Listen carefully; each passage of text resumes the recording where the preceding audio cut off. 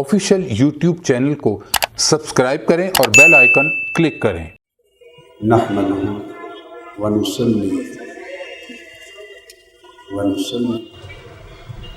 على مولانا محمد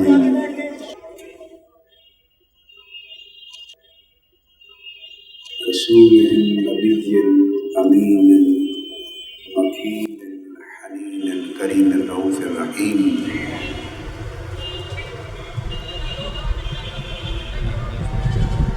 أما بعد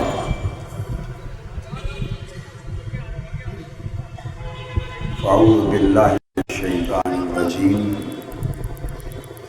بسم الله الرحمن الرحيم سبحان الذي أسرى بعبده ليلا من المسجد الحرام إلى المسجد الأقصى الذي باركنا حوله لنريه من آياتنا إنه هو السميع البصير صدق الله مولانا العظيم۔ میں نے جو آیہ کریمہ پڑھی ہے اس میں اللہ تبارک و تعالی نے معراج مصطفیٰ صلی اللہ علیہ وآلہ وسلم کا بیان فرمایا۔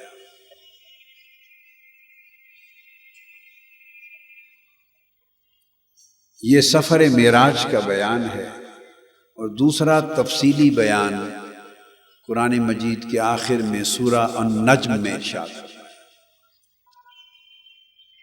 وَالنَّجْمِ إِذَا هَوَىٰ مَا ضَلَّ صَاحِبُكُمْ وَمَا غَوَىٰ، اور پھر وہ 18 آیتوں تک معراج کا مضمون اس سورۃ مبارکہ میں بیان کیا۔ آج کا بیان جو میں کر رہا ہوں اس کی ابتدا اس نقطے سے کرتے ہیں کہ اللہ تبارک و تعالی نے سفر معراج اور معجزہ معراج کا بیان سبحان کہہ کے کیا ہے کہ پاک ہے وہ ذات الذی اسری بعبدہ، جو اپنے مقرب اور مکرم اور محبوب بندے کو لے گئی، سیر معراج پر لے گئی۔ کیا؟ معراج کی سیر پر لے گئی۔ پاک ہے وہ ذات۔ عربی زبان میں اور محاورہ عرب میں جب کوئی بات سبحان الذی کے ساتھ شروع کی جائے تو یہ ایک طرح کی قسم ہوتی ہے، ایک طرح کی قسم ہوتی ہے۔ کوئی اللہ تبارک و تعالی نے حضور علیہ السلام کے معجزہ معراج کا ذکر اپنی بزرگی، برتری اور اپنی شان سبوحیت کی قسم کھا کے، اپنی پاکی کی قسم کھائی ہے، اور اپنی قسم کے ساتھ فرمایا کہ وہ ذات پاک ہے جو لے گئی اپنے حبیب کو، اپنے برگزیدہ بندے کو معراج پر۔ اب سبحان الذی سے بیان معراج کرنے کی ضرورت کیوں محسوس ہوئی؟ اللہ کے کلام میں کسی مسلمان کو تو شک ہو نہیں سکتا، کسی مسلمان کو تو شک و شبہ ہو نہیں سکتا، تو اس کو تو قسم، اس کے لیے تو قسم کھانے کی ضرورت نہیں۔ رہ گئے کافر اور منکر، وہ اللہ قسم کلام میں کھائے یا نہ کھائے ان کو فرق نہیں پڑ سکتا۔ تو سبحان سے بات شروع کیوں کی اس قسم سے؟ وجہ یہ کہ یہ ایک بڑا عظیم نادر الوجود معجزہ تھا۔ اگر معراج منامی ہوتا، حالت خواب میں ہوتا، تو رب کریم اس کا ذکر کبھی قسم کھا کے نہ کرتا۔ قسم کھا کر واقعہ معراج کو بیان کرنے کا واحد مقصد یہ ہے کہ یہ معراج مصطفیٰ کو عالم خواب میں روحانی طور پہ نہیں ہوا تھا، بلکہ عالم بیداری میں جسم و روح کے ساتھ ہوا تھا۔ اس لیے اس کا بیان قسم کھا کے کیا کہ پاک ہے وہ ذات۔ اگر خواب میں ہوتا تو خواب میں تو عالم بالا کی، آسمانوں کی، عرش الہی کی یہ زیارتیں خواب میں تو انبیاء کو اور اولیاء کو ہوتی ہی رہتی ہیں۔ عالم خواب میں ان جگہوں کو دیکھنا اور زیارت کرنا اور جنت و دوزخ کو دیکھنا، آسمانوں کو دیکھنا، ملائکہ میں جانا، جبرائیل کو دیکھنا، اسے اوپر جانا، عالم خواب میں یہ کوئی اتنا محیر العقول واقعہ نہیں ہے، اتنا عجیب واقعہ نہیں ہے کہ جس کو قسم کھا کے بیان کرنے کی ضرورت ہو۔ سبحان الذی سے اس آیت کریمہ کا شروع ہونا اس بات پر دلالت کرتا ہے، لفظ سبحان اس بات پہ دلالت کرتا ہے کہ لوگوں معراج منامی نہیں، خواب کا نہیں، معراج جاگنے کا واقعہ، بیداری کا واقعہ۔ ایک بات۔ دوسری بات ذہن رکھ لیں کہ معراج ایک معجزہ ہے۔ معراج ایک معجزہ ہے، اور معجزہ اس واقعہ کو کہتے ہیں جس کو سمجھنے اور ماننے سے عقل عاجز آ جائے، جس کو سمجھنے اور ماننے سے انسانی عقل عاجز آ جائے، چونکہ وہ خلاف عادت ہوتا ہے، خلاف طریقہ ہوتا ہے، خلاف ضابطہ ہوتا ہے۔ عقل جن امور کو سمجھنے کی عادی ہوتی ہے، معجزہ اس ضابطے کے خلاف واقع ہوتا ہے، لہذا عقل اس کو نہ سمجھ سکتی ہے نہ مان سکتی ہے۔ تو جس بات کو عقل سمجھنے سے عاجز ہو اس کو معجزہ کہتے ہیں، اور جسے عقل آسانی سے سمجھ لے اور مان لے وہ معجزہ ہو ہی نہیں سکتا۔ وہ معجزہ بولیے ہو ہی نہیں سکتا۔ اسی طرح وہ کرامت نہیں ہو سکتی۔ تو معجزہ ہونے کے لیے ضروری ہے کہ اس واقعے کی نوعیت ایسی ہو کہ عقل اس نظام عادت کے تحت اسے نہ سمجھ سکے نہ مان سکے، تب وہ معجزہ ہوتا ہے۔ اب یہاں یہ بات سمجھ لیں کہ جب معراج کو معجزہ مان لیا، جس نے بھی امت محمدی صلی اللہ علیہ وآلہ وسلم میں جس نے بھی معراج کو ایک بار معجزہ مان لیا، تو معراج کو معجزہ مان کر پھر اسے خواب کہنا، اس کا کوئی جوڑ نہیں۔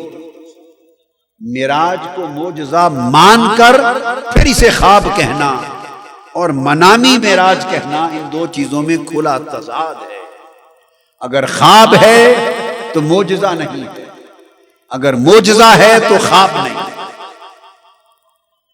اللہ تبارک و تعالی نے سبحان الذی کہہ کر بیان کر دیا کہ یہ واقعہ معراج اظہار عادت نہیں، اظہار قدرت،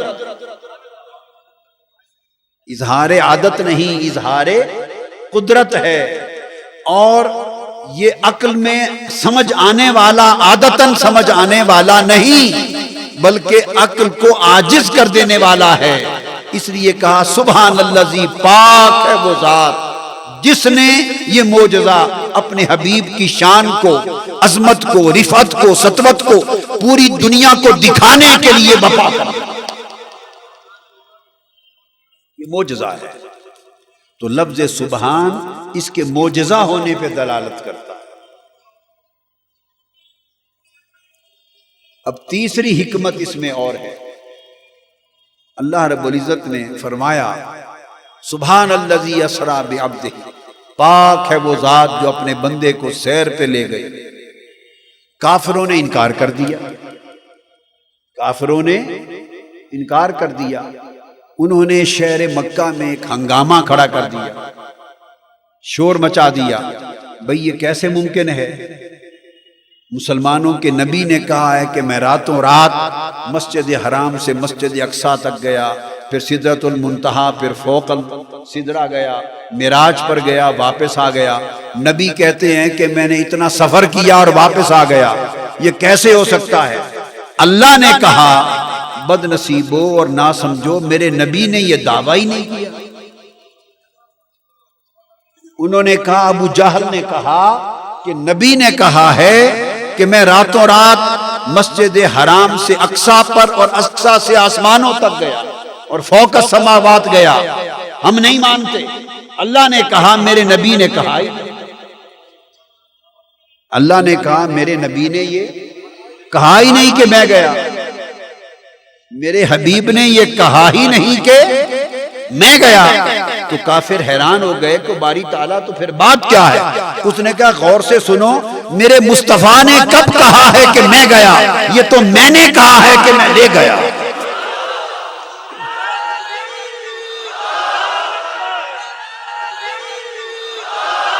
تو سبحان کہنے کا مقصد یہ تھا کہ معجزہ معراج کی حقانیت کا انکار کرنے والوں اور عالم بیداری میں مصطفیٰ کے معراج پر متحیر ہونے والوں اور عالم بیداری میں مصطفیٰ کے معراج پہ تعجب کرنے والوں، انکار کرنے والوں، ڈنڈورا پیٹنے والوں، ہنگامہ کھڑا کر دینے والوں، عقل سے کام لو۔ سوچو، مصطفیٰ نے دعویٰ ہی نہیں کیا کہ میں گیا، دعویٰ مصطفیٰ کا نہیں، دعویٰ خدا کا۔ اگر مصطفیٰ کہتے کہ میں گیا پھر تم انکار کرتے، تمہاری مرضی۔ خدا کہہ رہا ہے کہ میں لے گیا، اب جس نے رد کرنا ہے میری بات کو رد کرے، مصطفیٰ کو نہ کرے۔ اب جو مصطفیٰ کے بیداری کے معجزہ معراج کا انکار کرے گا وہ انکار مصطفیٰ نہیں کر رہا، وہ انکار خدا کر رہا، چونکہ حضور نے تو دعویٰ ہی نہیں کیا کہ میں گیا۔ اس کی شان دیکھو، اس نے حبیب کو دشمنوں کی تانوں سے بچا کے ایک طرف کر دیا۔ حبیب آپ تو ادھر آرام سے بیٹھ جائیں، میں جانوں اور یہ بدبخت جانے۔ میرے حبیب آپ نہ کہیں کہ میں گیا، آپ نہ کہیں کہ میں گیا، میں کہہ رہا ہوں کہ میں لے گیا۔ اب جسے انکار کرنا ہے وہ مجھ سے مقابلہ کر لے، میری قدرت کا انکار کر دے، میری طاقت کا انکار کر دے، میری عظمت کا انکار کر دے۔ لہذا معجزہ معراج کا عالم بیداری میں انکار کرنا وہ عظمت مصطفیٰ کا انکار نہیں ہے، قدرت خدا کا انکار۔ اس لیے اللہ پاک نے اسے لفظ سبحان سے شروع کیا کہ پاک ہے وہ ذات۔ اور ایک خاص بات آپ کو سمجھا دوں، بڑی خاص بات۔ آپ میں سے اہل علم کو معلوم ہو، بہت سو کو معلوم نہیں ہوگا، بہت سو احادیث نبوی میں آتا ہے اور کتب سیر میں، احادیث میں اور تفسیر کی ہر کتاب اٹھا کے دیکھیں، امام ابن جریر طبری کو دیکھیں، امام ابن ابی حاتم کو دیکھیں، امام عبد الرزاق کو دیکھیں، امام ابن کثیر کو دیکھیں، امام جلال الدین سیوطی کو دیکھیں، فخر الدین رازی کو دیکھیں، امام بغوی کو دیکھیں، امام قرطبی کو دیکھیں، امام خازن کو دیکھیں، آلوسی کو دیکھیں، جس تفسیر کی کتاب کو چاہیں۔ اس میں کوئی شک نہیں ہے، ایک واقعہ حقیقت ہے اور کتب حدیث میں ہے۔ وہ کیا کہ جو لوگ معراج کے واقعے سے پہلے تازہ تازہ ایمان لائے تھے اور مسلمان ہوئے تھے، واقعہ معراج حضور کی زبان اقدس سے سن کر کئی لوگ ان میں سے مرتد ہو گئے، کئی مسلمان مرتد ہو گئے۔ بہت خاص دلیل آئی دے رہا ہے اور اس کو اس کو بطور استدلال کبھی عام طور پر نہیں کیا گیا. بہت قلیل اہل علم کی توجہ اس امر کی طرف گئی ہے. کئی لوگ جو کچے مسلمان تھے، تازہ ایمان لائے ہوئے تھے، مسلمان تھے، مرتد ہو گئے، انہوں نے اسلام چھوڑ دیا یہ کہہ کر کہ یہ بات ماننے کے قابل ہی نہیں، یہ کہہ کر معاذ اللہ کہ یہ بات ماننے کے قابل نہیں، تو مرتد ہو گئے. قرآن مجید نے اس واقعے کی طرف اشارہ کیا، فرمایا وَمَا جَعَلْنَا الرُّؤْيَا الَّتِي أَرَيْنَاكَ إِلَّا فِتْنَةً لِلنَّاسِ. اور حبیب یہ جو مشاہدہ ہم نے آپ کو کرایا شب معراج، یہ لوگوں کے ایمان کے لیے آزمائش بن گیا کہ کون آنکھیں بند کر کے معجزہ معراج پر ایمان لاتا ہے اور کون اپنی عقل کو دخ دے کر متزلزل ہو جاتا ہے. وَمَا جَعَلْنَا الرُّؤْيَا الَّتِي أَرَيْنَاكَ إِلَّا فِتْنَةً لِلنَّاسِ. یہ آزمائش بن گیا، لوگوں کے ایمان کی آزمائش بن گیا. دیکھیے دو واقعے بڑی عجیب آزمائش بنے. کتنے؟ دو واقعے بڑی عجیب آزمائش بنے. ایک میں رب نے سب کو بچا لیا، ایک آزمائش میں قسمت والے بچ گئے، محروم پھنس گئے. ایک آزمائش اس وقت تھی جب ہجرت مدینہ کے 18 مہینے بعد مسجد میں نماز پڑھتے ہوئے دوران نماز آقا کے قلب اطہر میں خواہش آئی کہ قبلہ بدل لو اور بیت المقدس کو چھوڑ کر کعبہ مکہ کو قبلہ بنا لوں. خواہش آئی اور اس خواہش میں چہرہ انور آپ نے بار بار اوپر اٹھایا حالت نماز میں، اور جواب آیا قد نرا تقلب وجہک فی السماء. حبیب آپ کے رخ انور کا، چہرہ انور کا بار بار اوپر اٹھنا ہم دیکھ رہے ہیں حالت نماز میں. صورت یہ تھی کہ بیت المقدس مثلا اس طرف تھا تو مکہ اس طرف تھا، دو اپوزٹ تھے، اپوزٹ. نماز پڑھ رہے تھے اس طرف منہ کر کے، حضور علیہ السلام جماعت کرا رہے ہیں اور صحابہ کرام کے منہ اس طرف ہیں، جماعت کی نماز ہو رہی ہے. کعبہ مکہ اس طرف ہے. اب آپ سمجھ گئے حالت نماز میں امر آ گیا قد نرا تقلب وجہک فی السماء فلنولینک قبلۃ ترضاها. حبیب ہم نے آپ کا مکھڑا بار بار پلٹنا دیکھ لیا ہے، اگر تو اس پر نہیں اس قبلے پہ راضی ہے تو حبیب ہماری اپنی غرض ہی کیا ہے قبلوں سے. ہم سمتوں کے محتاج نہیں ہیں، ہم مشرق و مغرب کی جہتوں کے محتاج نہیں ہیں، ہم قبلوں کے تعینات کے محتاج نہیں ہیں. میری عبادت، میری معبودیت، میری الوہیت اور میری خدائی نہ اس سمت کی محتاج ہے نہ اس سمت کی محتاج ہے. محبوب یہ بھی تیری خاطر تھا، یہ بھی تیری خاطر ہے، جدھر تو راضی ہے اسی کو قبلہ بنا دو. تو فرمایا فَلَنُوَلِّيَنَّكَ قِبْلَةً تَرْضَاهَا. حبیب جس طرف آپ راضی ہیں ہم اسی کو قبلہ بنا دو. تو حالت نماز میں امر الہی پا کر آقا علیہ الصلوۃ والسلام نے نماز میں، اب صحابہ کو تو بتا نہیں سکتے تھے کیونکہ نماز تھی، خاموشی سے رخ بدل لیا. اب تھوڑے منظر کو سمجھیں کہ امام کا منہ ادھر، پیچھے مقتدی کھڑے اور رخ بدل لیا، دائیں بائیں نہیں، الٹی سمت. تو پھر کے چہرہ پاک پھیر کے مکہ کی طرف کر لیا. اب سمت کیا بن گئی؟ مقتدیوں کا منہ ادھر اور امام کا منہ، آقا کا منہ ادھر. سو کیا صورت تھی پھر؟ آمنے سامنے تو نماز نہیں ہونی تھی، تو صفوں کو چیر کے تاجدار کائنات ادھر آ کے کھڑے ہو گئے.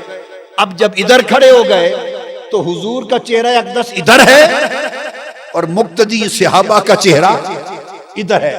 تو یہ ایک لمحہ آیا، بس ایک لمحہ، جب مصطفیٰ کا رخ ادھر تھا اور صحابہ کا رخ ادھر تھا، چونکہ اس وقت تک شرعاً ان کا قبلہ ادھر تھا. ابھی تک تو حضور علیہ السلام نے بتایا ہی نہیں تھا کہ رخ کیوں پھیرا ہے، تو چہرہ مقتدیوں کا ادھر، مصطفیٰ کا ادھر، وہ جو لمحہ تھا وہ لمحہ آزمائش۔ اللہ پاک نے فرمایا وہی لفظ وما جعلنا القبلۃ التی کنت علیہا، وہی کلمہ وما جعلنا القبلۃ التی کنت علیہا الا لنعلم من یتبع الرسول ممن ينقلب علی عقبیہ، یہاں بھی وہی کلمہ فرمایا وما جعلنا الرؤیا التی اریناک الا فتنۃ للناس، ایک ہی اسلوب قرآن۔ فرمایا وما جعلنا القبلۃ التی کنت علیہا، میرے حبیب جس قبلے کی طرف آپ تھے ہم نے وہ بنایا اسی غرض سے تھا اور مقرر اسی لیے کیا تھا لنعلم من یتبع الرسول ممن ينقلب علی عقبیہ، تاکہ ایک ایسی گھڑی آئے کہ اس گھڑی میں قبلہ، معروف قبلہ صحابہ کا ادھر ہو اور مصطفیٰ تیرا چہرہ ادھر ہو، متضاد سمتیں آ جائیں اور اس گھڑی میں صحابہ کو رکھ کر اب آزمائیں کہ کون قبلے کی طرف جاتا ہے، کون مصطفیٰ۔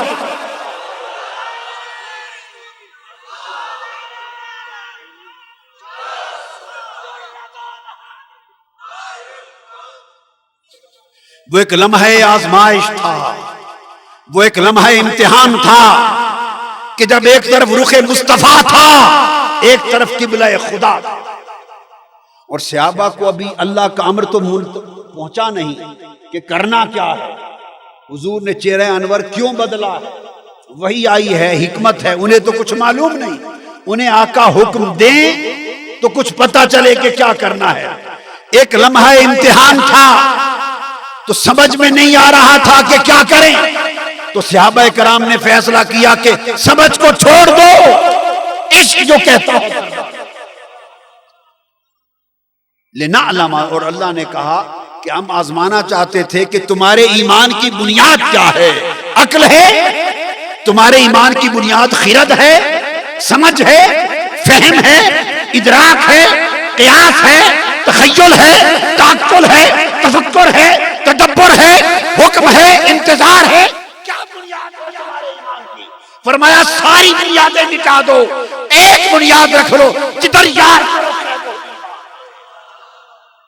جدھر رخ مصطفیٰ ہے وہی کعبہ خدا۔ اس فرمایا اللہ پاک نے کہ صحابہ نے پھر کیا کیا، ساری سوچیں چھوڑ دی اور بغیر سنے سمجھے حکم کا انتظار کیے قبلہ چھوڑ دیا اور مصطفیٰ کے پیچھے لگ گئے۔ بعد میں پوچھتے رہیں گے حضور کیا وجہ تھی۔ اللہ نے فرمایا قرآن مجید نے ما کان اللہ لیضیع ایمانکم، اللہ نے ان کا ایمان ضائع ہونے سے بچا لیا، اللہ نہیں چاہتا تھا کہ ان کا ایمان ضائع ہو، گویا اگر قبلے کو تھامے رکھتے تو ایمان ضائع ہو جاتا، قبلے کو چھوڑ کر ایمان بچا۔ آج لوگ ایمان کے لیے کعبے کی طرف دوڑتے ہیں، آج لوگ ایمان کے لیے کعبے کی طرف دوڑتے ہیں، اور اللہ نے قرآن میں جو ضابطہ دیا ہے فرمایا ایمان کے لیے کعبے کی طرف نہیں، کعبے کے کعبے تو بدلتے رہتے ہیں، جدھر مصطفیٰ کا رخ ہے وہی کعبہ۔ ایمان کے بچاؤ کے لیے مصطفیٰ کی طرف جاؤ۔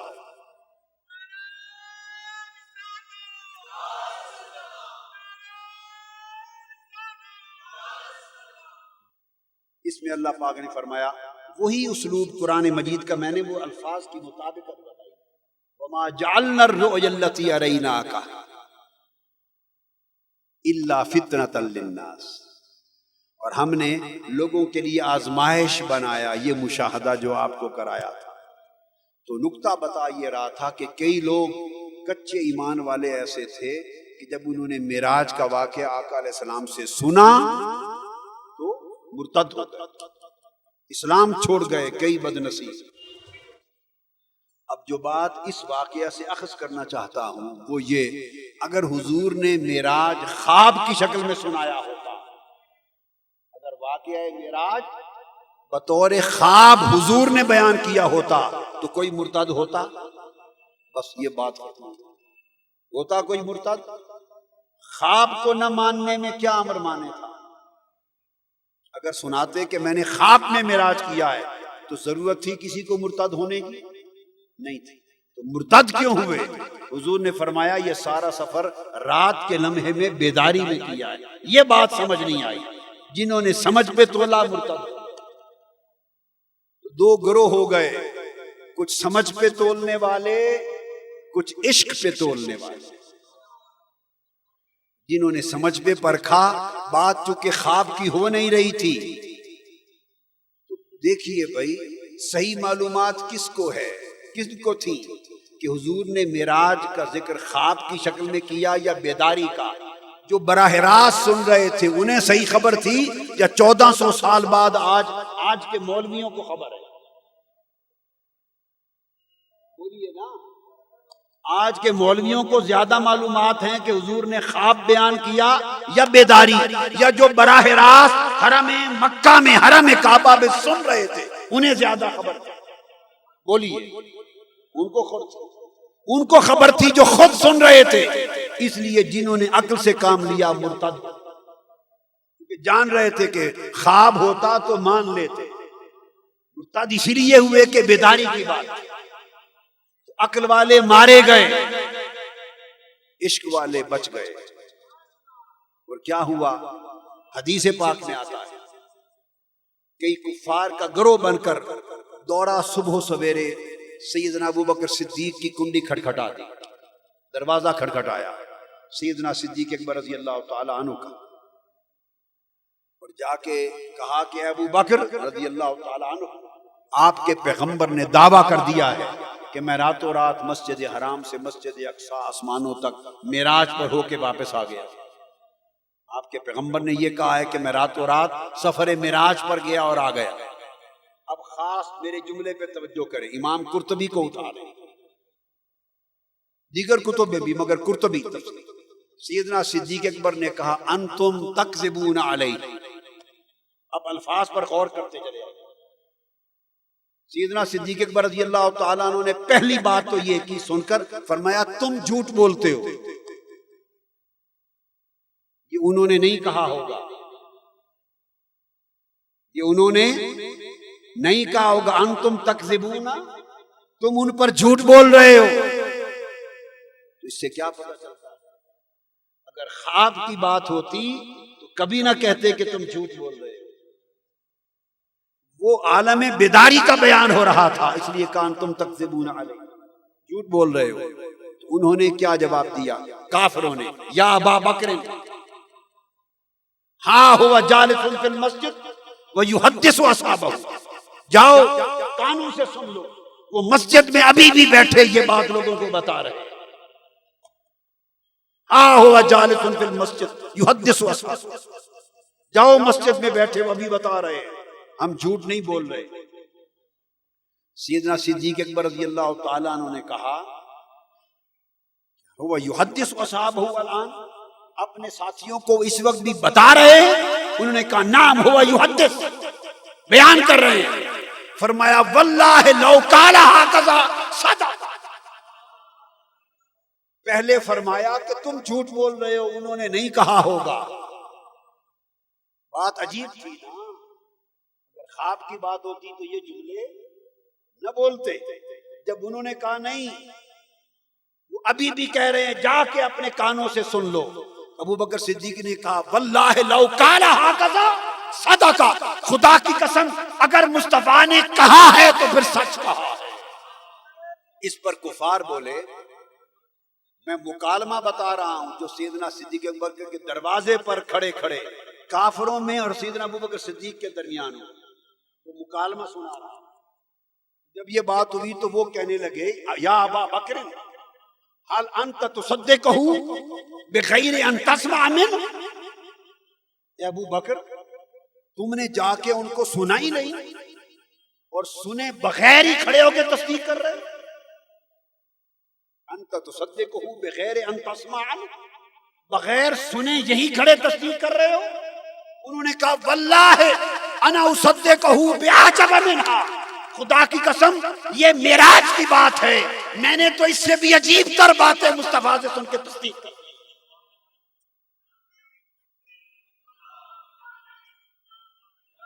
ہم نے تو اس سے بھی عجیب باتوں کی تصدیق کر رکھی ہے۔ انہوں نے کہا کون سی عجیب باتوں کی تصدیق کر رکھی ہے؟ سیدنا ابوبکر صدیق نے کہا یہ تو مصطفیٰ کا آسمانوں اور لامکان تک جانا اور آنا ہے، اس کی تصدیق پہ تمہیں تعجب ہو رہا ہے؟ ہم نے تو بغیر دیکھے مصطفیٰ سے سن کر خدا کو مان لیا ہے۔ اس نے کہا خدا ہے، ہم نے کہا مصطفیٰ ہاں، اس نے کہا ایک ہے، ہم نے کہا ایک، ہم نے تو خدا کا ہونا مان لیا ہے۔ اس حبیب کے کہے پر تو یہ باتیں تو چھوٹی بات ہے۔ جب یہ مکالمہ ہو گیا تب سیدنا صدیق اکبر رضی اللہ تعالیٰ عنہ دوڑے اور مسجد حرام میں پہنچے۔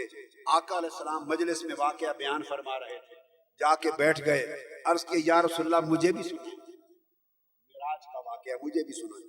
پھر حضور بتاتے تھے، ایک ایک جملہ سن کے کہتے تھے صدقت یا رسول اللہ، آپ نے سچ فرمایا یا رسول اللہ۔ پھر سنتے تھے صدقت یا رسول اللہ، پھر اگلی بات سنتے صدقت یا رسول اللہ۔ جب بیان مکمل ہوا آقا علیہ السلام نے فرمایا یا ابا بکر انت الصدیق اليوم، ابو بکر آج تو ابو بکر نہیں رہا، صدیق ہو گیا۔ تو بتانا چاہتا ہوں ابو بکر صدیق کو صدیق ماننے والوں یہ بھی جان لو کہ صدیق بنے کیسے، یہ بھی تو جان لو کہ وہ صدیق اکبر بنے کیسے۔ حضور کے بیداری کے معراج پر بن سنے تصدیق کر کے صدیق ہو گئے۔ تو یہ میں تفسیر کی سبحان کی، سبحان اللہ، پاک ہے وہ ذات جو لے گئی، جو لے گئی۔ اب پھر لے گئی کہاں سے کہاں تک؟ اس آیت کریمہ میں سفر کے 3 حصے بیان کیے گئے۔ اتنے حصے فرمایا من المسجد الحرام الى المسجد الاقصی، مسجد حرام سے مسجد اقصی تک۔ اب ایک بڑی خاص بات ہے، اس آیت کریمہ پر ایک اور اینگل سے توجہ کریں، ایک نئی جہت سمجھا رہا ہوں، نئی جہت۔ اس آیت کریمہ میں جو انداز خطاب ہے وہ 3 بار بدلا ہے۔ صیغے خطاب کے بولیے 3 بار بدلے۔ ابتدا کیا صیغہ غائب سے، ابتدا ہوئی صیغہ غائب سے، فرمایا سبحان الذی اسری بعبدہ، پاک ہے وہ ذات، نہیں فرمایا کہ پاک ہیں ہم یا پاک ہوں میں، نہیں، کیا فرمایا؟ پاک ہے وہ ذات جو لے گئی، اسرا، اسرا کا فاعل پھر الف اللہ ہے، پاک ہے وہ ذات جو لے گئی اپنے حبیب مکرم اور عبد مقرب کو مسجد حرام سے اقصی تک۔ اتنے حصے میں صیغہ غائب، سمجھ آ گئی؟ اب کبھی ایسا نہیں ہوتا اگر بات شروع کی جائے غائب کے صیغے میں تو وہی چلتا ہے، حاضر متکلم، حاضر میں ہو، مخاطب ہو، متکلم ہو، اس صیغے میں بات ہو، اسی میں جملہ مکمل کرتے۔ تو ابتدا کی پاک ہے وہ ذات جو لے گئی مسجد حرام سے مسجد اقصی تک، یہاں تک پہنچ کر یکایک انداز خطاب بدل گیا، یکایک فرمایا مسجد اقصی کون سی؟ الذی بارکنا حولہ، وہ مسجد اقصی جس کے ارد گرد کو ہم نے مبارک کر دیا ہے۔ آپ کو فرق سمجھ آیا؟ بات شروع کی پاک ہے، یوں نہیں کہا کہ پاک ہیں ہم جو لے گئے، پاک ہے وہ جو لے گیا مسجد اقصی تک جس کے ارد گرد کو ہم نے برکت دی۔ تو پہلے وہ تھا، اب ہم ہو گئے۔ بات شروع کی وہ سے، بات شروع کی وہ سے، اور یکایک التفات ہوا، صیغے میں تبدیلی کی اور بارکنا ہو گیا، ہم نے برکت دی۔ لنوریہ من آیاتنا، تاکہ ہم مشاہدہ کرائیں آیتوں کا۔ دیکھا وہ سے التفات کیا اور ہم ہو گیا۔ سمجھ آئی ہے بات؟ تو وہ تھا، اب بولیے نا ہم ہو گیا تو لنوریہم من آیاتنا، اب ہم چل رہا تھا، یکایک پھر بدل دیا خطاب اور ہم مشاہدہ کرائیں آیاتوں کا، انہو هو السمیع البصیر، اور بے شک وہ اور وہی سننے والا دیکھنے والا ہے، اور پھر وہی ہو گیا، چلا وہ سے درمیان میں ہم ہوا اور ہم کو چھوڑ کے پھر وہی ہو گیا۔ یہ کتابی بات نہیں ہے، یہ کس کتاب میں ہے؟ بس یہ اللہ کی کتاب ہے، قرآن میں۔ اس سے بڑی بھی کوئی کتاب ہے؟ قرآن سے بڑی بھی کوئی کتاب ہے؟ تو میں تو اللہ کی کتاب سے دے رہا ہوں، اور چھوٹی کتاب کی کیا ضرورت ہے؟ تو فرمایا پاک ہے وہ ذات، اور ہم نے برکت دی ارد گرد، اور وہ اور وہی سننے والا دیکھنے والا ہے۔ تو 3 مرتبہ سیغہ بدلا۔ کیوں بدلا؟ اس لیے کہ معراج کا سفر 3 مرحلوں میں ہے۔ معراج کا سفر 3 مرحلوں میں ہے۔ جو مسجد حرام سے مسجد اقصی کا سفر تھا، عالم ناسوت کا سفر، اس میں وہ کہہ کے بیان کیا۔ 2 حکمتیں ہیں، 2 پہلی سن لیں، پہلی عام حکمت، دوسری خاص حکمت۔ مسجد حرام سے مسجد اقصی تک کا سفر صیغہ غائب سے بیان کیا وہ، پھر لنوریہ من آیاتنا، پھر آسمانوں سے اوپر سدرۃ المنتہا تک کا سفر، یہ عالم لاہوت و جبروت کا سفر، اسے ہم کہہ کے بیان کیا تاکہ ہم انہیں اپنی نشانیاں دکھائیں۔ تو جب سدرۃ المنتہا نیچے رہ گیا اور اب اس مقام پر پہنچے جہاں کوئی مقام ہی نہیں تھا، وہاں پہنچے جو لامکاں تھا، تو وہاں وہ بھی رہ گیا، ہم بھی رہ گیا، ملائکہ بھی رہ گئے، رف رف آیا، براق رہ گیا، رف رف آیا، ایک مقام وہ پہنچا کہ رف رف بھی رہ گیا، پھر بکہ نور آیا، وہ مقام آیا کہ بکہ نور بھی رہ گیا۔ جب آگے کچھ نہ تھا، صرف وہ تھا اور یہ کچھ نہ تھا، صرف خدا تھا یا مصطفیٰ تھا، خدا تھا یا مصطفیٰ تھا، اور کچھ نہ تھا، وہاں تجرید اور تفرید کی طرف آ گئے۔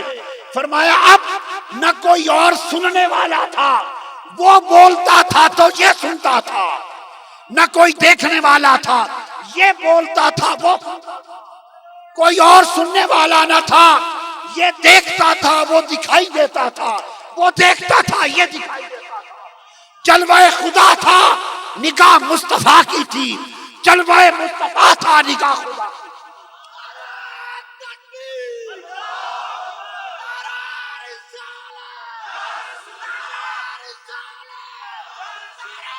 یہ انہو هو السمیع 2 بار دہرایا، اس کو میں نے تجرید اور تفرید کہا۔ بے شک وہ، پھر ہوا اور وہی، ایک اشارہ اپنی طرف کر دیا، ایک اشارہ یار کی طرف کر دیا۔ وہ سننے والا تھا، اور پھر فرمایا کہ بس وہ اور وہی سننے والا تھا، کوئی شک نہیں، وہ اور وہی سننے والا تھا، وہ اور وہی دیکھنے والا تھا، بے شک وہ اور وہی دیکھنے والا تھا۔ تو یہ آخری اعتراض کا جواب دے دیا۔ جنہوں نے کہا کہ مصطفیٰ گئے کیسے، جنہوں نے کہا تھا کہ مصطفیٰ گئے کیسے، انہیں جواب سبحان الذی کہہ کے دے دیا کہ مصطفیٰ نے کہا کب ہے کہ میں گیا، تو میں نے کہا کہ لے گیا۔ تو جانے پر تعجب کرنے والوں کو جواب سبحان سے دے دیا، اور اینڈ پر جا کر جنہوں نے کہا کہ مصطفیٰ نے دیکھا کیسے، وہ تو دیکھ نہیں سکتے، اور خدا دکھائی، بولیے خدا دکھائی نہیں دیتا، اسے دیکھا نہیں جا سکتا۔ تو جنہوں نے اس مقام پر قاب قوسین و ادنیٰ پر اعتراض کیا کہ دیکھا نہیں، کیسے دیکھا، اس کو جواب دیا کہ تم سچ کہتے ہو اگر مصطفیٰ دیکھتا اپنی آنکھ سے تو اعتراض بجا تھا، اور اگر مصطفیٰ سنتا اپنے کان سے تو اعتراض بجا تھا کہ کیسے سنا؟ فرمایا انہو ہوا، تھا مصطفیٰ پر آنکھ میں، تھا مصطفیٰ کان میرا تھا، جب مصطفیٰ مجھے دیکھ رہے تھے تو جلوہ بھی میرا تھا، سماعت بھی میری، جلوہ بھی میرا تھا، بصارت بھی میری تھی۔ سو مصطفیٰ نے مجھے مجھ سے دیکھا، مصطفیٰ نے مجھے مجھ سے سنا، مصطفیٰ نے مجھے میری بصر سے دیکھا، مصطفیٰ نے مجھے میری آنکھ سے دیکھا، اور مصطفیٰ نے مجھے میرے کان سے سنا۔ یہ اشارہ ہے انہو هو السمیع البصیر، ذات مصطفیٰ کی تھی اور سمع و بصر خدا کے لباس پہنا دیے تھے۔ لو مصطفیٰ ایک جبہ پہن لے، یہ ہے لباس بصر، یہ میری بصر کا لباس، میری آنکھ کا لباس پہن لے، اب میری سماعت کا لباس پہن لے، اب میری سماعت سے مجھے سن اور میری بصارت سے مجھے دیکھ۔ اب کون اعتراض کر سکتا ہے کہ نہیں دیکھا؟ اللہ پاک نے ابتدا کے اعتراض کو بھی رد کیا اور انتہا کے اعتراض کو بھی رد کیا۔ یہ تو تین صیغے جو بدلے ان کی ایک حکمت ہے، جو تین صیغے بدلے ان کی، اور یہ حکمت عام ہے اور ایک حکمت خاص بھی ہے۔ تین صیغے بدلنے کی ایک حکمت اور بھی ہے۔ جب فرمایا سبحان الذی، پاک ہے وہ ذات، صیغہ غائب کی بات کی، وہ ذات، پھر فرمایا بارکنا لہ، برکت ہم نے دی، پھر فرمایا بس وہی سمیع و بصیر، تو تین صیغے بدلے۔ تو جب وہ کہا تو یہ مرحلہ تفرقہ تھا، یہ تصوف اور معرفت کی زبان ہے، عام لوگوں کو اس کا معنی سمجھ نہیں آئے گا۔ وہ تفرقہ نہیں ہے جو آپ لوگ کرتے رہتے ہیں نا، وہ تفرقہ نہیں، یہ تصوف کا تفرقہ ہے، فراق والا۔ کیا یہ فراق والا، جدائی والا، یہ تفرقہ عشق ہے، یہ تفرقہ تعلق ہے، یہ تصوف اور معرفت کی اصطلاح ہے۔ تو جب فرمایا سبحان اللہ زی، پاک ہے وہ ذات، تو یہ بیان تفرقہ تھا۔ پھر فرمایا بارکنا حولہ، ہم نے برکت دی، یہ تفرقہ مٹا دیا، یہ مقام جمع آ گیا، یہ مقام جمع آ گیا۔ تو تفرقہ اور جمع تک تو ولی بھی پہنچے اور نبی بھی پہنچے، مگر جب فرمایا انہو هو السمیع البصیر، تجرید و تفرید کے مقام پر پہنچے تو یہ مقام جمع الجمع ہو گیا، وہاں جمع بھی جمع میں جمع ہو گیا۔ یہ مقام صرف مصطفیٰ کو نصیب ہوا، یہ مقام صرف مصطفیٰ کو نصیب ہوا، اور اس کے علاوہ حکمتیں بھی ہیں۔ عرض کر رہا تھا تو اللہ رب العزت نے فرمایا یہاں سے وہاں تک، اور اقصیٰ سے سدرۃ المنتہا تک، اور سدرۃ المنتہا سے قاب قوسین او ادنیٰ تک، جہاں انہ هو السمیع البصیر کا منظر ہے، وہاں پہنچایا۔ اور جب اس مقام پر پہنچے تو یہ وہ مقام ہے جہاں اس کی سمع و بصر کے جلوے ہو رہے ہیں۔ وہاں پہنچے تو میں نے آپ کو بتا دیا، لے جانے والے جبرائیل بھی رہ گئے، سواری بھی رہ گئی۔ کیا سواری بھی رہ گئی؟ اگر سواری نے رہ ہی جانا تھا تو شروع سے سواری بھیجنے کی ضرورت ہی کیا تھی؟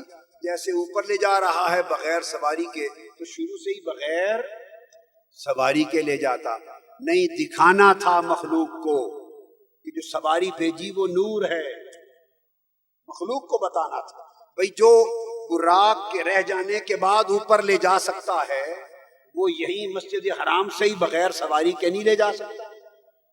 بولیے، اور پہلے کیا براق لے جا رہا ہے یا خدا لے جا رہا ہے؟ اللہ فرماتا ہے میں لے گیا، اس کی مرضی جس چیز پر لے جائے۔ تو سوال یہ ہے کہ اگر وہ اوپر جا کے سواری روک دی اور سواری آگے نہ جا سکی تو شروع سے ہی بغیر سواری کے جاتے۔ تو آتا سفر سواری پر اور اوپر کا سفر بغیر سواری کے، یہ کیوں؟ ایسا تو نہیں ہوتا نا، یہ کیوں؟ ہاں اس کی حکمت ہے، بتانا تھا اس کو معلوم ہے ایک وقت آئے گا کہ تم نور و بشر کے جھگڑے کرتے رہو گے، نور ہیں بشر ہیں، نور ہیں بشر ہیں، نور ہیں بشر ہیں، الجھ جاؤ گے، بتانا تھا۔ فرمایا سن لو،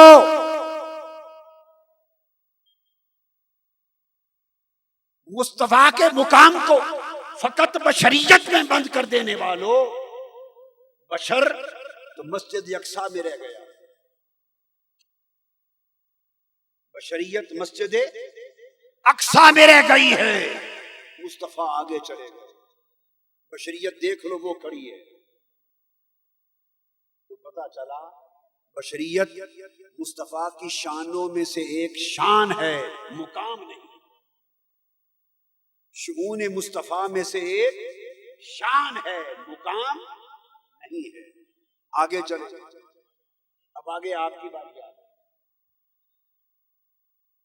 پہلے ان کی باری تھی بشر بشر کہنے والوں کی، بشریت مسجد اقصیٰ میں رہ گئی تاکہ بشریت کو مصطفیٰ کا مقام بتانے والوں سمجھو مصطفیٰ کا مقام بشریت میں ہوتا تو مسجد اقصیٰ سے آگے نہ جا سکتے، سو بشریت میں مقام نہیں ہے، بشریت کا مقام مصطفیٰ، مصطفیٰ کا مقام بشریت میں نہیں، بشریت کا مقام مصطفیٰ کے قدموں میں ہے۔ اب آپ کی بات آ گئی، مصطفیٰ کے مقام کو نورانیت میں بند رکھنے والوں، مصطفیٰ کے مقام کو فقط نورانیت میں بند کرنے والوں، وہ انہیں دکھانا تھا، یہ آپ کو دکھانا تھا، بتایا فقط نورانیت میں مصطفیٰ کے مقام کو بند کرنے والوں، براق اور جبرائیل سے بڑا تو نور کوئی نہیں ہے۔ عالم نور میں، عالم خلق میں براق اور جبرائیل سے بڑا تو نور کوئی نہیں نا عالم خلق میں، فرمایا اور نبیوں سے بڑی بشریت تو کوئی نہیں نا، فرمایا بشریت تک رہ جانے والوں دیکھو بشریت وہ کھڑی ہے، اور فقط نورانیت میں بند سمجھنے والوں دیکھو براق بھی یہ کھڑا ہے، جبرائیل بھی یہ کھڑا ہے، مصطفیٰ آگے چلا گیا۔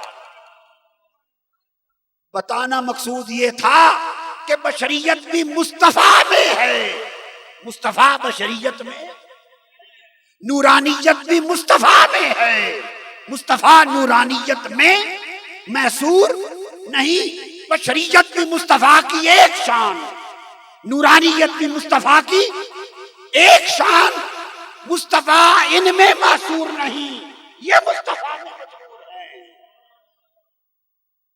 اور بتایا کہ بشریت اقصیٰ میں رہ گئی، نورانیت سدرۃ المنتہا پہ رہ گئی، مصطفیٰ آگے چلے گئے تو پتا چلا وہ شانیں تھی، مقام اس سے اوپر ہے۔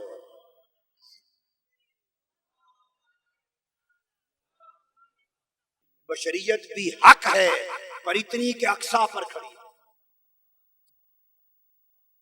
بشریت حق ہے، اس کا انکار کرنا کفر ہے، بشریت کا انکار کرنا کفر ہے، حق ہے پر کتنا، وہ مسجد اقصیٰ میں کھڑی، نورانیت بھی حق ہے اور اس سے بڑی آگے، اس سے بڑی آگے، اس کا انکار کرنا گمراہی ہے، ایمان کو خاک میں ملانا ہے، گمراہی بدبختی ہے، مگر اتنی کہ سدرۃ المنتہا پہ کھڑی ہے، مقام مصطفیٰ بشریت سے بھی بلند ہے، نورانیت سے بھی بلند ہے، بشر بھی مصطفیٰ کے فیض لیتا ہے، نور بھی مصطفیٰ سے فیض لیتا ہے۔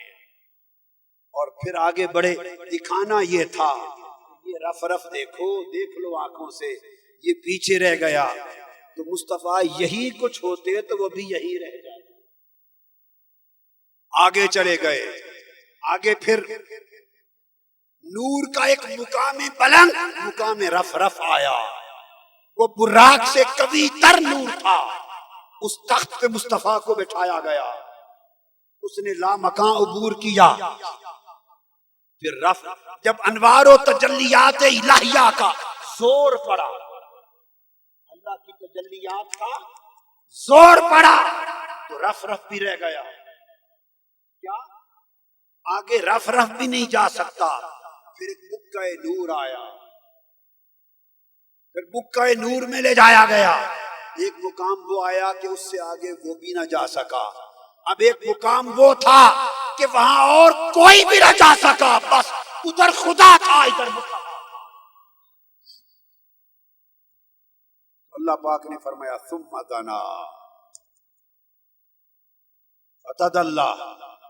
اب حدیث پاک میں ہے، صحیح بخاری شریف میں حضرت انس بن مالک رضی اللہ تعالیٰ عنہ روایت کرتے ہیں، اور صحیح بخاری کی حدیث بتا رہا ہے.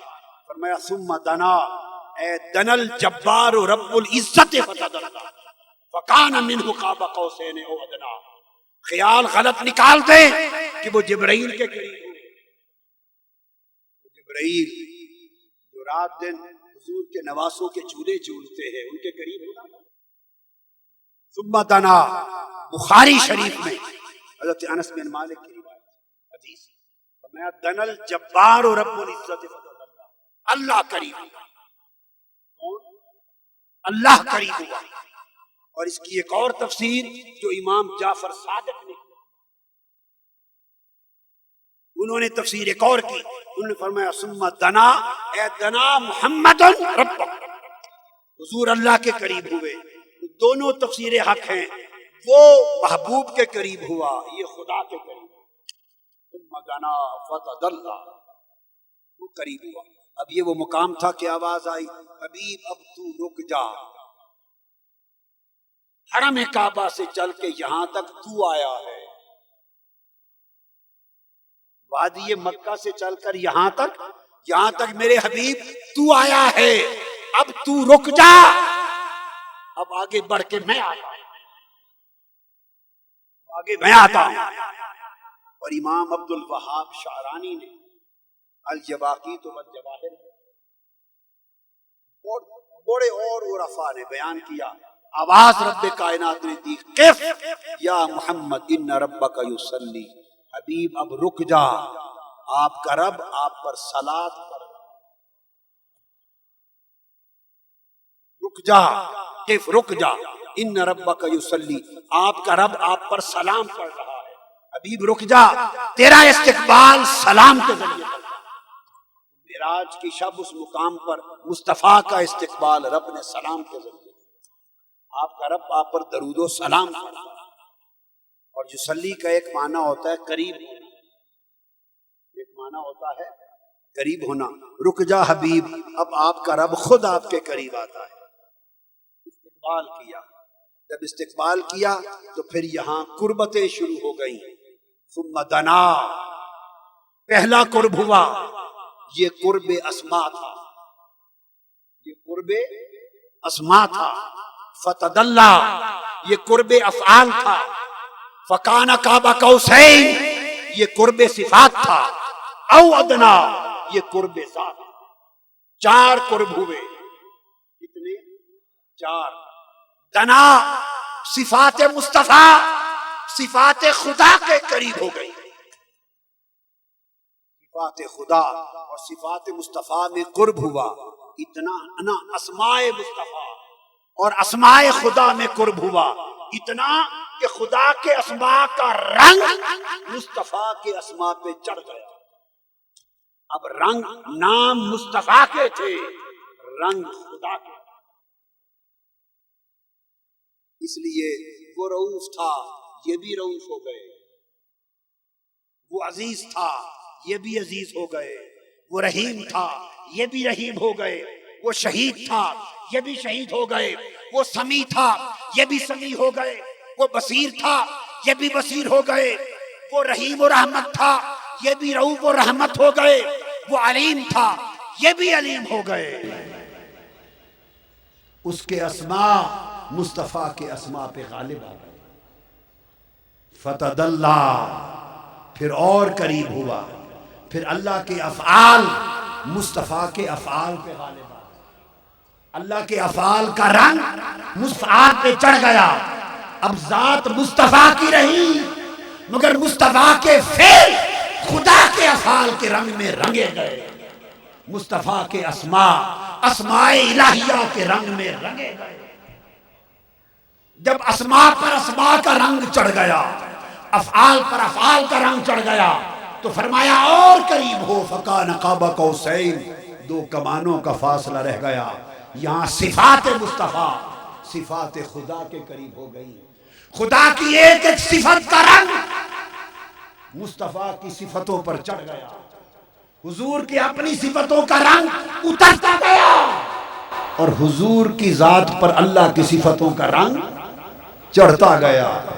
اب چنری رنگی جا رہی ہے، چنریا رنگی جا رہی ہے.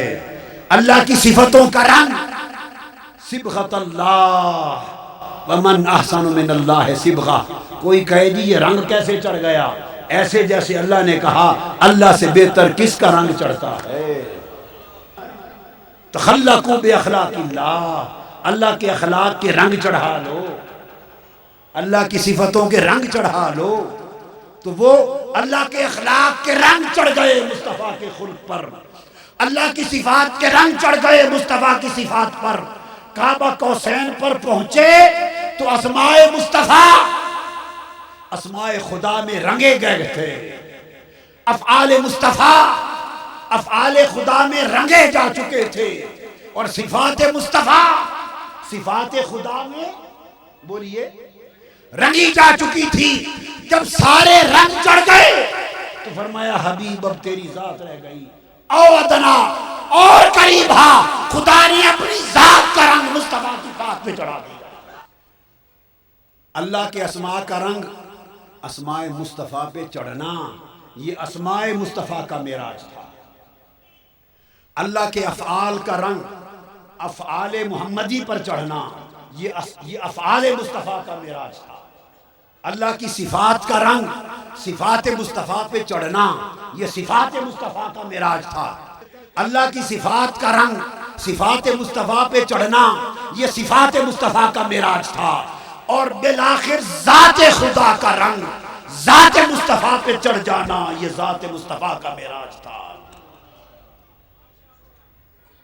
جب معراج کامل ہو گئی، ذات ذات میں رنگی گئی، صفات صفات میں رنگی گئی، افعال افعال میں رنگے گئے، اسماء اسماء میں رنگے گئے. تو جب پلٹے تو رنگ اتنا چڑھ گیا تھا، رنگ اتنا چڑھ گیا تھا. یہاں ایک بات سمجھا دوں، بخاری شریف کی حدیث ہے. کیا؟ بخاری شریف کی حدیث. جب حضور علیہ السلام نے ہجرت فرمائی، جب ہجرت فرما کے مدینہ آئے قباء میں، تو لوگ ملنے کے لیے آئے. آقا علیہ السلام بھی تشریف فرما ہے، حضرت ابوبکر صدیق بھی بیٹھے. جب ملنے آئے تو کئی لوگوں کو سمجھ نہیں آتی تھی کہ مصطفیٰ کون ہے اور غلام ابوبکر کون ہے. کئی ان کے ہاتھ چومنے لگے، کئی حضور کے ہاتھ چومنے لگے. ابوبکر صدیق سمجھ گئے کہ آقا اور غلام کا فرق انہیں سمجھ نہیں آ رہا. وہ چادر لے کے کھڑے ہو گئے حضور کے سر انور پہ تان کر، تاکہ لوگ سمجھ لیں کہ چادر تان کے کھڑا ہے یہ غلام ہے، یہ آقا. یہ بخاری شریف کی حدیث ہے. میں اب اس کی تفسیر کرتا ہوں. اس پر علماء نے یہ سمجھا، بعض علماء نے، کہ چادر اس لیے تانی تاکہ دھوپ سے بچاؤ ہو. بعض نے یہ سمجھا کہ چادر اس لیے تانی کہ دھوپ سے بچاؤ ہو. یہ تعبیر غلط ہے، اس لیے کہ امر مسلم ہے مصطفیٰ پہ دھوپ تو آتی نہیں تھی. بادل کا ٹکڑا سایہ کرتا تھا، دھوپ کون سی؟ وہ تو بادل کا ٹکڑا ہر وقت سایہ فگن رہتا تھا، تو دھوپ کون سی؟ کس دھوپ سے بچانے کے لیے چادر تانی تھی؟ تو پتہ چلا مسئلہ دھوپ والا نہیں تھا. پھر سبب کیا تھا؟ کسی کے پاس کوئی اور سبب نہیں ہے، کسی کے پاس کوئی اور سبب نہیں ہے. ہاں اہل ادب کے پاس ہے. ایک ہی سبب ہے کہ لوگوں کو مغالطہ لگ رہا تھا. صدیق اکبر نے کہا کہ میں غلام بن کر چادر تان کے کھڑا ہو جاؤں تاکہ ہر کوئی سمجھے کہ آقا و مولا یہ سبب ہے۔ اب یہ ائمہ عرفا محدثین نے جو اہل ادب و معرفت ہیں بیان کیا، اٹھا کے دیکھیے کتابیں۔ اب یہاں سوال پیدا ہوتا ہے کہ یہ مغالطہ لگا کیوں، یہ مغالطہ ہوا کیوں؟ کیا صدیق اکبر کی کیا شان کہ حضور جیسے لگے؟ کوئی حضور جیسا نہیں، نہ کوئی حضور جیسا لگ سکتا ہے۔ وہ مغالطہ ہوا کیوں؟ میری بات سمجھے، ابو بکر صدیق ہوں، لاکھ ابو بکر صدیق ہوا کرے، ارے کروڑ ابو بکر صدیق ہوا کرے، وہ مصطفیٰ جیسے لگ سکتا ہے کوئی؟ نہیں۔ پھر مغالطہ کیوں لگا؟ اب یہ سوال ہے، اس کا جواب دو۔ وہ یہ ہوا کہ 3 راتیں غار ثور میں تنہا بیٹھے رہے۔ ابو بکر صدیق کی جھولی تھی، تاجدار کائنات کا سر انور تھا، صرف 2 تھے، کوئی تیسرا نہ تھا۔ ثانی اثنین اذ ہما فی الغار، ثانی اثنین اذ ہما فی الغار، 2 میں سے دوسرا تھا، تیسرا کوئی نہ تھا۔ چونکہ 2 راتیں 3 راتیں مسلسل صدیق اکبر کی نگاہ چہرے مصطفیٰ پہ رہی،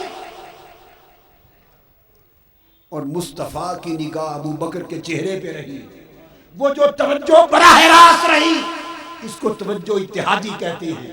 تو حضور کے براہ راست توجہ سے چہرے صدیق اکبر پر انوار مصطفیٰ کا کچھ پرتو آ گیا تھا،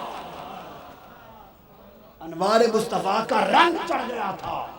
وہ جو جزوی رنگ براہ راست 3 راتیں تکتے رہنے سے، بغیر پردے کے تکتے رہنے سے رنگ چڑھ گیا تھا، اس رنگ سے کئیوں کو مغالطہ ہو گیا۔ ارے 3 راتوں کو تکنا، اس نے اتنا رنگ چڑھا دیا، اور خدا جانے کعبہ کو حسین پر کتنی صدیاں مصطفیٰ تکتا رہا، خدا جانے کتنی مدتیں خدا مصطفیٰ کو تکتا رہا، مصطفیٰ خدا کو تکتا رہا۔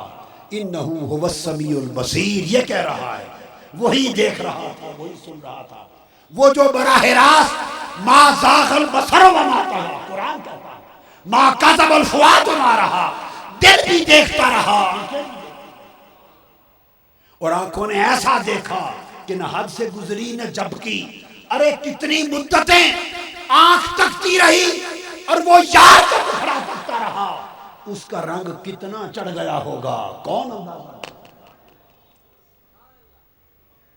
جب وہ رنگ چڑھ گیا اور اتنا چڑھ گیا، رنگ چڑھ گیا اور اتنا چڑھ گیا، اس کا اندازہ میں تو نہیں کہتا، حدیث بخاری سے سنا دیتا ہوں، میں کچھ نہیں کہتا، بخاری اور مسلم کی متفق علیہ حدیث سے عرض کرتا ہوں، کتنا رنگ چڑھ گیا، اتنا چڑھا کہ ایک روز حضرت موسیٰ نے طور پر اللہ کے دیدار کی آرزو کی تھی، کہا تھا رب ارنی انظر الیک، مولا اپنا مکھڑا دکھا دے،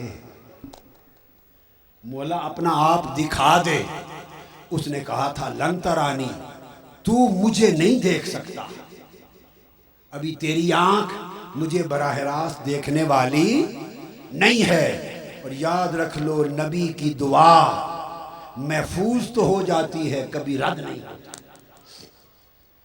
نبی کی دعا کبھی، انہوں نے التجا کی تھی مولا مجھے اپنا مکھڑا دکھا، رب ارنی، اپنا جلوہ کرا۔ اللہ پاک نے فرمایا تیری آنکھ مجھے نہیں دیکھ سکتی، تیری دعا محفوظ کر لی، یہ ادار رہا چکا دیں گے، ادار رہا کبھی چکا دیں گے۔ وہ طور کا ادار تھا، جب مدتیں چہرے مصطفیٰ پر انوار و تجلیات الہیہ کا پہرا رہا، رنگ چڑھتا رہا، چڑھتا رہا، چڑھتا رہا، رنگ سے رنگ بھی بدل گئے، ڈھنگ بھی بدل گئے۔ جب خدا کے رنگ میں رنگ کر مصطفیٰ چلے، اللہ نے پاک نے فرمایا موسیٰ آج تیرے ادھار چکانے کا وقت آ گیا، آج مصطفیٰ میرے رنگ میں رنگ کر آ رہا ہے۔ ذات و صفات میرے جلوہ حسن کا پہرا لے کے آ رہا ہے۔ تو نے مجھے کہا تھا رب ارنی، مجھے اپنا آپ دکھا، اپنا آپ۔ تو ہم کیا کرتے ہیں، جو آنکھ سورج کو براہ راست نہ دیکھ سکے، جو آنکھ سورج کو براہ راست نہ دیکھ سکے تو اس کو آئینے میں دکھا دیتے ہیں۔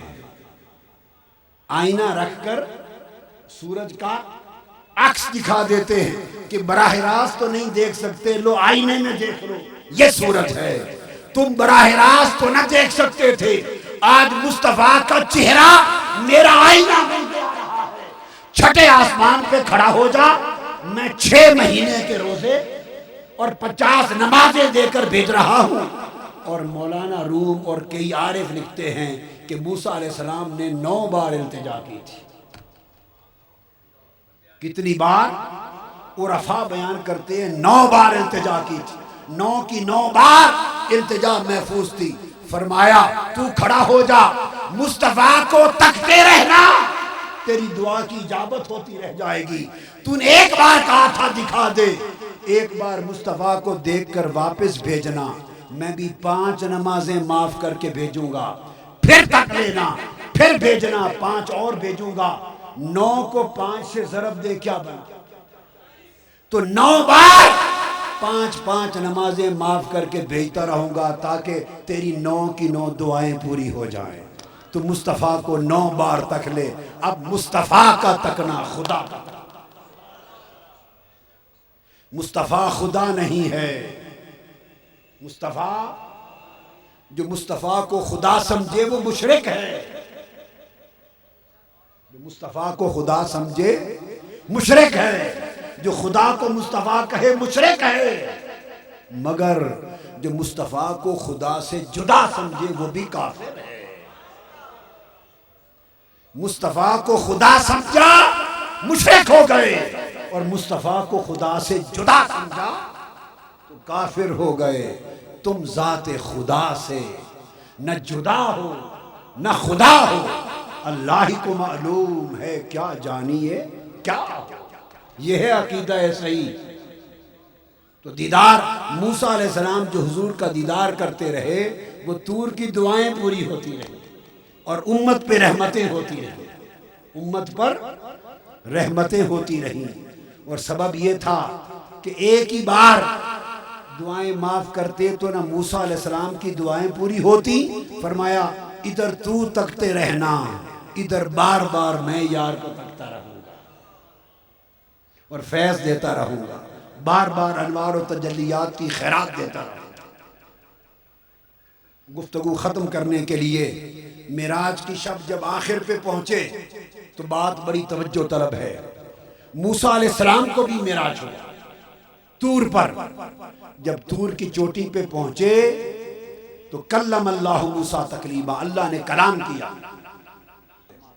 طور کی چوٹی پر۔ تو موسیٰ علیہ السلام نے عرض کیا، جب اللہ نے کلام کیا تو کچھ حوصلہ ہوا، خدا کی ہم کلامی سے حوصلہ ہوا۔ عرض کیا رب ارنی، مولا مجھے اپنا آپ دکھا، اپنا آپ۔ تو طلب کی، دیدار کی طلب کی، جس نے طلب کی اسے جواب آیا لن ترانی۔ موسیٰ علیہ السلام کو موقع ملا تو کہا مجھے دیدار کرا۔ بتا رہا ہوں کہ موسیٰ علیہ السلام نے التجا کیا کی، کیا عرض کیا؟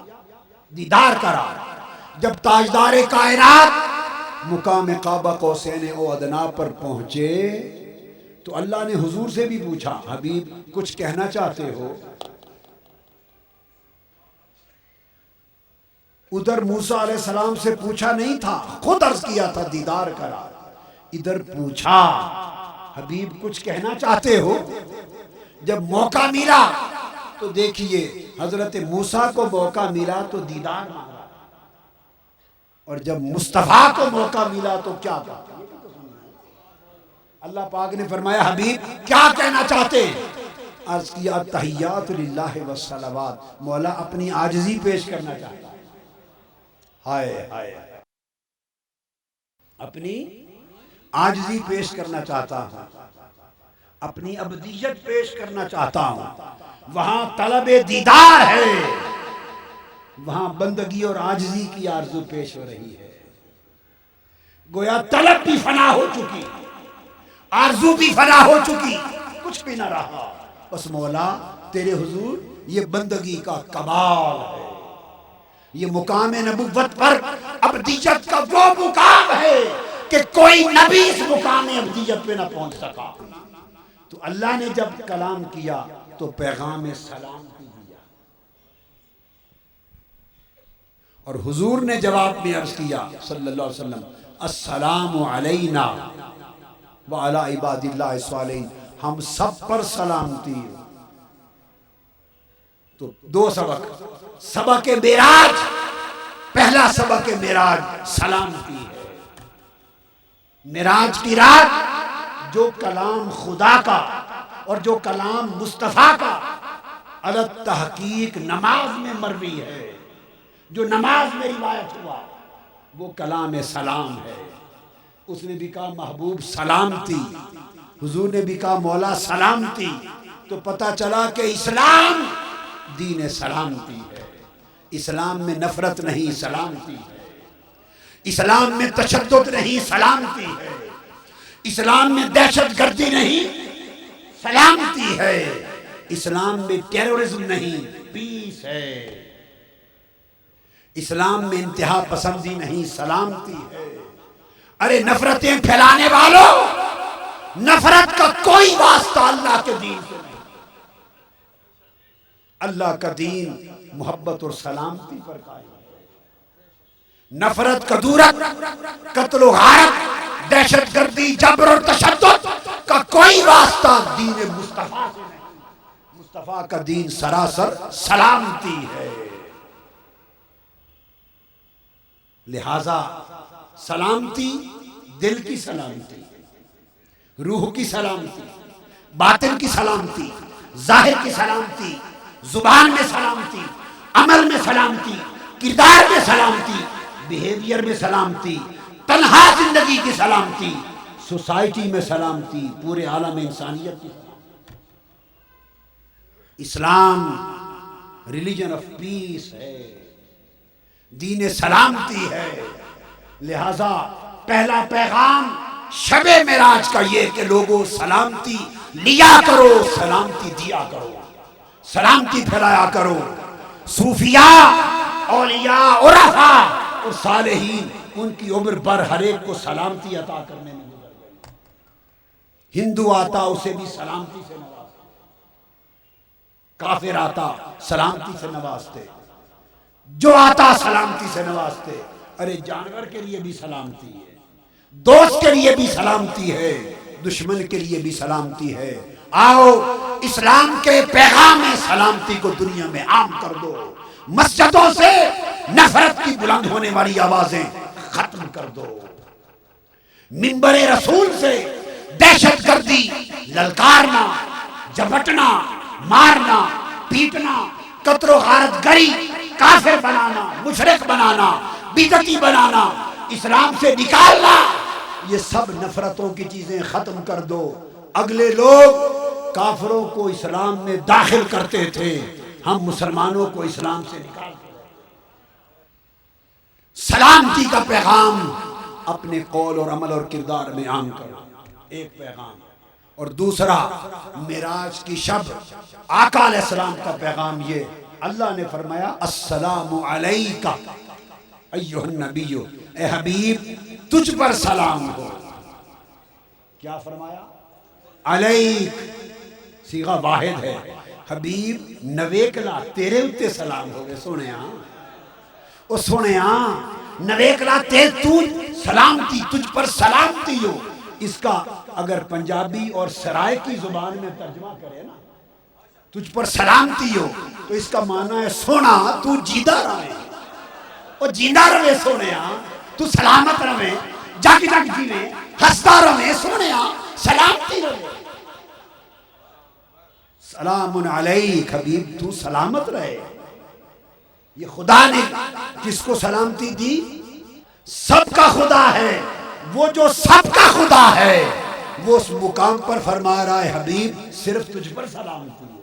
ہائے ہائے ہائے، آپ نے یہ نکتہ نہیں سمجھا. وہ جو سب کا خدا ہے، وہ سب کا خدا ہو کر فرماتا ہے السلام علیک حبیب تجھ پر سلامتی ہو. اور قربان جائیں اس کے مصطفیٰ پر، اس لیے تو مصطفیٰ بنایا. اور جب آقا جواب میں بولے، عرض کیا مولا تیری سلامتی مجھے قبول، مگر اس نے کہا تھا السلام علیک تجھ پر سلامتی ہو. مصطفیٰ نے جواب دیا السلام علینا، مولا تنہا مجھ پر نہیں ہم سب پر سلامتی ہو، ساری امت پہ سلامتی ہو. خدا نے تنہا مصطفیٰ کو سلامتی کا سیرا باندھا، مصطفیٰ نے اس میں سب کو شریک کر لیا. تو سنت مصطفیٰ اور معراج انسانیت اور معراج اخلاق یہ ہے کہ جب بھی سلامتی چاہو تنہا اپنے لیے نہیں سب کے لیے چاہو. کیا؟ جب خیر مانگو فقط اپنے لیے نہیں دوسروں کے لیے مانگو، اور دوسروں کے لیے جو جتنا مانگتا ہے رب اس قدر زیادہ اس کو عطا کرتا ہے. رب کہتا ہے کہ بندہ ہو کر دوسروں کی خیر مانگتا ہے، میں رب ہو کر کتنا عطا کروں. تو پیغام یہ ہے کہ لوگوں دوسروں کے لیے خیر دینے والے بن جاؤ. تمہارے ہاتھ دوسروں کے لیے اٹھا کریں، رات کو سجدے میں جاؤ حضور کی امت کی خیر مانگا کرو، انسانیت کی خیر مانگا کرو، دوسروں کے لیے دعائیں مانگا کرو کہ مولا ہر کو خیر کر دے، ہر بیمار کو شفا کر دے، ہر پریشان حال کو خیر کر دے، ہر دکھی کو سکھ دے دے. ارے جو شخص ہر وقت دوسروں کے سکھ مانگتا ہے اور اتنا کہ اپنے آپ کو بھول جاتا ہے، رب اس کو بہت یاد کرتا ہے. تو عظمت اور معراج یہ ہے کہ اپنی جان کا صرف لالچ نہ کرو، سب کے لیے سوچو. کیا؟ سیدنا مولا علی المرتضیٰ کرم اللہ وجہ الکریم دعا مانگ رہے. آقا علیہ السلام پاس سے گزرے، آپ نے آواز سنی، وہ دعا مانگ رہے تھے اللہم ارحمنی، اے اللہ مجھ پہ رحم فرما، اے اللہ مجھ پر رحم فرما. تاجدار کائنات نے پیار سے سیدنا علی المرتضیٰ کو تھپکی دی گردن پہ، فرمایا علی اس کی رحمت وسیع ہے، صرف اپنے تک محدود کیوں کرتا ہے؟ یوں کہ اللہم ارحمنا، مولا ہم سب پہ رحم فرما.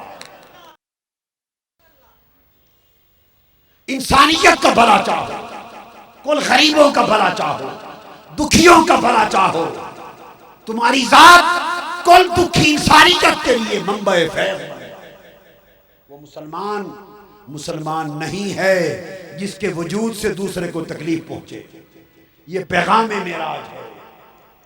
اس کے سجدے قبول نہیں جس کے وجود سے دوسرے کو اذیت پہنچے.